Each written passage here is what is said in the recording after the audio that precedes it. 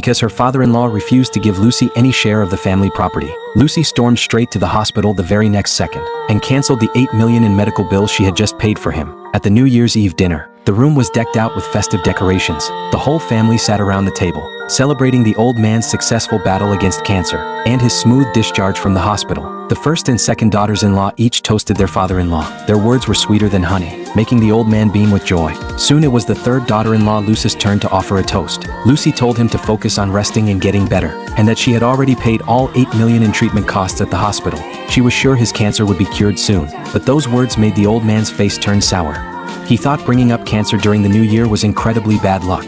Lucy tried to explain herself, but her father-in-law cut her off immediately, and then the next moment, the old man pulled out several property deeds, announcing he had some great news to share. He was going to divide up his properties among the daughters-in-law. The first son's wife got an ocean view apartment. The second son's wife got a place in a top school district. Even the fourth daughter-in-law, who was not yet married, got a wedding house in the city center. But Lucy was given no property at all. Seeing this, Lucy's heart sank to rock bottom. She tried to speak up, but her husband stopped her, telling her not to take it too seriously, and her two sisters-in-law whispered snide remarks behind her back. At that point, Lucy had completely had enough. She yanked her hand away from her husband, stood up and confronted her father-in-law, saying she had paid for all the hospital expenses herself. So why was she the only one not getting any property? But the old man said Lucy chose to pay those bills on her own. He never forced her to do it, and added that as the younger generation, it was only right for her to cover his hospital costs anyway. As for his own properties, he could give them to whoever he wanted. Lucy finally saw just how shameless this family truly was, so she decided not to stay another minute.